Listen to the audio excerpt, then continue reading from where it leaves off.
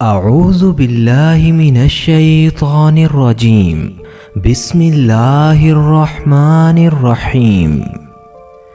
دنیا کی تاریخ میں ایسے بہت سارے بادشاہ اور فرعون گزرے ہیں جن کو ان کی بادشاہت اور دولت کے نشے نے مغرور بنا دیا اور وہ تکبر میں آ کر خدائی کا دعویٰ کر بیٹھے۔ یہ بدبخت لوگ اپنی بادشاہت اور بے شمار دولت کے نشے میں بدمست ہو کر اللہ تعالیٰ کی وحدانیت کو للکارنے لگے اور معاذ اللہ خدائی کا دعویٰ کر بیٹھے۔ اس کے باوجود بھی اللہ تعالیٰ نے ان کی طرف بے شمار انبیاء اکرام کو مبعوث فرمایا اور ان کو ہدایت کی طرف بلایا، لیکن یہ بدبخت لوگ اپنی سرکشی اور انا پر اڑے رہے اور اللہ تعالیٰ کی وحدانیت کا انکار کرتے رہے۔ اور پھر جب یہ لوگ قابل ہدایت نہ رہے تو اللہ نے ان لوگوں کو عبرت کا نشان بنا دیا اور ان لوگوں کو تباہ و برباد کر کے رکھ دیا اور ان لوگوں کے نام و نشان کو روئے زمین سے مٹا دیا۔ اللہ تعالیٰ نے ان جھوٹے خدائی کے دعوے کرنے والوں کو ایسی دردناک موت دی کہ آج بھی لوگ ان سے عبرت حاصل کرتے ہیں۔ پیارے دوستو، خدائی کا دعویٰ کرنے والے بدبختوں میں سے ایک بدبخت شداد بھی تھا جس نے اللہ کی وحدانیت کو للکارا اور سرکش اور نافرمان ہو گیا۔ پیارے دوستو، شداد کون تھا اور کس طرح اس نے اللہ کی نافرمانی کی اور خدائی کا دعویٰ کس طرح اس نے کیا اور کس طرح اس نے اس دنیا میں اپنی جنت تیار کی اور اس کی بنائی جانے والی جنت کتنے سالوں میں تیار ہوئی، اور پھر اللہ نے اس بدبخت شخص کو کس طرح دنیا کے لیے عبرت کا نشان بنایا اور اس بدبخت کا انجام کیا ہوا، اور پھر کس طرح مالک الموت نے اس کی دردناک طریقے سے روح قبض کی۔ دوستو، ان تمام سوالات کے جوابات آج کی اس ویڈیو میں ہم قرآن و سنت کی روشنی میں بتائیں گے، لہٰذا آپ سے گزارش ہے ہماری اس ویڈیو کو پورا دیکھیے گا۔ پیارے دوستو، شداد اس قوم میں سے تھا جو دنیا کی سب سے طاقتور قوم تھی، جس قوم کو قوم عاد کہا جاتا ہے۔ اس قوم کے بارے میں اللہ تعالیٰ نے قرآن پاک میں ارشاد فرمایا کہ ان کے جیسی قوم نہ اللہ نے اس سے پہلے پیدا کی اور نہ ہی اس کے بعد کسی قوم کو پیدا کیا۔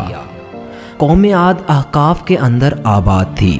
احقاف ایسی جگہ تھی جہاں ریت کے بہت ہی بلند و بالا ٹیلے تھے، اور احقاف کا یہ علاقہ یمن اور عمان کے درمیان بکھرا ہوا تھا۔ اس علاقے کے اندر قوم عاد 8000 سال پہلے آباد تھی۔ اس قوم پر اللہ تعالیٰ کا یہ خاص کرم تھا کہ اللہ تعالیٰ نے اس قوم کو دنیا کی سب سے طاقتور قوم بنایا تھا۔ اس کے ساتھ ساتھ اللہ تعالیٰ نے اس قوم کو سرسبز و شاداب باغ اور وافر مقدار میں کھیت عطا فرمائے تھے۔ اس قوم کے پاس بے شمار جانور تھے اور پینے کے لیے میٹھا پانی موجود تھا۔ اس کے علاوہ بھی اللہ تعالیٰ نے اس قوم کو بے شمار نعمتوں سے نوازا تھا، چنانچہ اس قدر مال و دولت اور نعمتوں کی فراوانی کی وجہ سے یہ قوم گمراہ ہو گئی اور اللہ کی نافرمان قوم بن گئی۔ ان کی ہدایت کے لیے اللہ تعالیٰ نے حضرت ہود علیہ السلام کو ان کی طرف مبعوث فرمایا۔ حضرت ہود علیہ السلام اللہ کے حکم سے اس قوم کو تبلیغ کرنے لگے اور اللہ کی وحدانیت کی طرف بلانے لگے، لیکن یہ قوم اپنے کفر و شرک سے باز نہ آئی اور حضرت ہود علیہ السلام کا مذاق اڑانے لگی۔ شداد، جو کہ اس ہی قوم کی نسل میں سے تھا، وہ اس قوم کا بادشاہ تھا اور یہ 2 بھائی تھے۔ روایات میں آتا ہے ایک کا نام شداد تھا اور ایک کا نام شدید تھا۔ شدید پہلے بادشاہ بنا اور وہ فوت ہو گیا۔ اس کے فوت ہو جانے کے بعد شداد نے حکومت سنبھالی اور اس طرح یہ دنیا کی سب سے طاقتور قوم عاد کا بادشاہ بن گیا۔ پیارے دوستو، شداد ایک وسیع اور عالی شان سلطنت کا بادشاہ تھا۔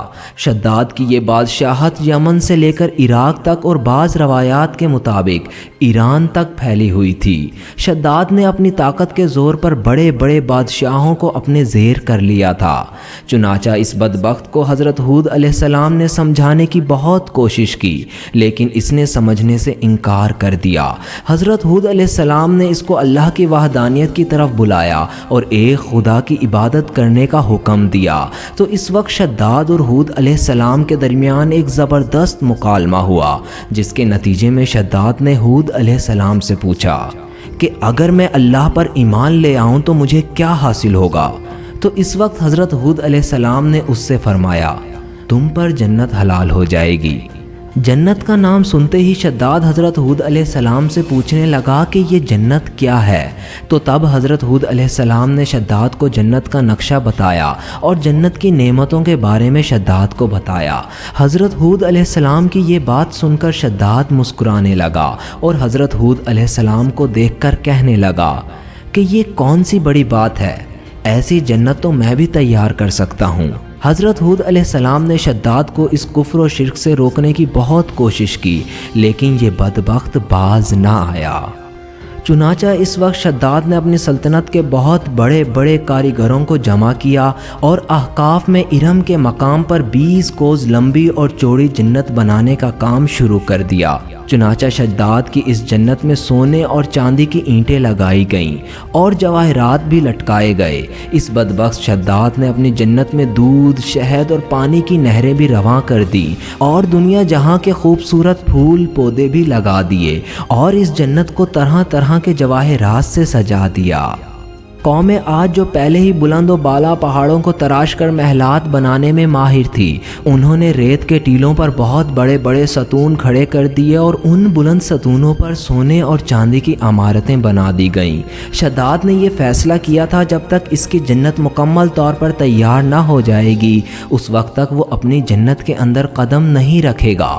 چنانچہ شداد کے حکم کے مطابق جنت تیار ہونے لگی اور شداد اپنے محل کے اندر بے صبری کے ساتھ جنت کا مکمل ہونے کا انتظار کرنے لگا۔ شداد کی اس جنت کو تیار ہونے میں 12 سال لگے۔ 12 سال کے بعد جب یہ جنت مکمل تیار ہو گئی اور اس کو طرح طرح کے جواہرات سے سجا دیا گیا تو اس وقت شداد کو اس کی جنت کے تیار ہونے کا پیغام پہنچا دیا گیا۔ چنانچہ شداد جنت کے تیار ہونے کا پیغام سنتے ہی بہت خوش ہوا اور شداد اپنی جنت کو دیکھنے کے لیے اپنی فوج کو ساتھ لے کر اپنے محل سے نکل پڑا۔ چنانچہ شداد ابھی اپنی جنت کے دروازے پر پہنچا ہی تھا، اس نے وہاں اپنے سامنے ایک شخص کو کھڑا ہوا دیکھا۔ شداد اس شخص کو دیکھتے ہی پہچان گیا اور اپنے حواریوں سے کہنے لگا کہ یہ شخص مجھے جنت میں داخل نہیں ہونے دے گا۔ تو اس وقت شداد کے حواریوں نے شداد سے پوچھا کہ یہ شخص کون ہے اور یہ جنت میں کیوں داخل نہیں ہونے دے گا؟ تو اس وقت شداد نے اپنے حواریوں سے کہا کہ یہ مالک الموت ہیں جو میری روح قبض کرنے کے لیے آئے ہیں اور یہ مجھے جنت میں داخل نہیں ہونے دیں گے۔ اس وقت شداد بدبخت مالک الموت سے عرض کرنے لگا مجھے صرف اپنی جنت میں قدم رکھنے کی مہلت دے دی جائے، لیکن اللہ کی طرف سے مقرر فرشتے نے جواب دیا کہ مجھے اللہ کی طرف سے حکم ہے کہ تمہیں تمہاری جنت میں قدم نہ رکھنے دوں۔ شداد مالک الموت کے سامنے بہت رویا، لیکن مالک الملک نے اللہ کے حکم کی تکمیل کرتے ہوئے شداد کی روح قبض کر لی۔ چنانچہ شداد کی روح قبض کرنے کے بعد حضرت جبرائیل علیہ السلام نے ایک زوردار چیخ ماری تو شداد کی بنائی ہوئی جنت زمین کے اندر دھس گئی اور غائب ہو گئی۔ شداد کی موت کے بعد حضرت ہود علیہ السلام نے اپنی قوم کو بہت سمجھایا مگر قوم عاد باز نہ آئی۔ حالانکہ شداد کا یہ انجام قوم عاد کے لیے کافی تھا، لیکن جب انسان کی عقل پر غرور کا پردہ ہوتا ہے تو چاہے شداد ہو یا شدید اس کو کسی کام کا انجام دکھائی نہیں دیتا۔ حضرت ہود علیہ السلام نے قوم عاد کو شداد کا انجام بتا کر سمجھانے کی بہت کوشش کی مگر قوم عاد باز نہ آئی اور اس طرح ہی اللہ کی نافرمانیاں کرتی رہی یہاں تک کہ حضرت ہود علیہ السلام مایوس ہو گئے۔ اس وقت جب قوم عاد قابل ہدایت نہ رہی تب اللہ نے حضرت ہود علیہ السلام کو حکم دیا کہ وہ اپنے ساتھیوں کو لے کر اس علاقے سے چلے جائیں۔ اللہ کا یہ حکم پانے کے بعد حضرت ہود علیہ السلام نے آخری مرتبہ اپنی قوم کو سمجھانے کی کوشش کی، لیکن وہ لوگ پھر بھی باز نہ آئے تو حضرت ہود علیہ السلام اپنے ساتھیوں کو لے کر اس علاقے سے روانہ ہو گئے۔ چنانچہ ان کے جانے کے بعد اللہ نے قوم عاد پر خوفناک آندھیاں مسلط کر دیں۔ اللہ تعالیٰ کی طرف سے آنے والی وہ خوفناک آندھیاں اور طوفان 7 راتیں اور 8 دن تک چلتی رہیں، یہاں تک کہ وہ قوم اپنے بلند ستونوں اور سونے چاندی کے ساتھ زمین میں دھنسا دی گئی اور غرق کر دی گئی، اور اللہ تعالیٰ نے اس قوم پر اس قدر دردناک عذاب نازل فرمایا کہ اس قوم کا نام و نشان باقی نہ رہا۔ جس وادی وادی کے اندر بڑے بڑے محلات تھے، وہ وادی ایک ریت کے میدان میں تبدیل ہو گئی۔ پیارے دوستو، اس طرح اللہ نے شداد اور اس کی قوم کا عبرتناک انجام کیا اور ان لوگوں کو روئے زمین سے مٹا دیا۔ آخر میں اللہ سے دعا ہے کہ اللہ اپنے حضور عاجزی اور انکساری کے ساتھ زندگی گزارنے کی توفیق عطا فرمائے اور حضرت محمد صلی اللہ علیہ وسلم کے بتائے ہوئے راستے پر چلنے کی توفیق عطا فرمائے۔ آمین۔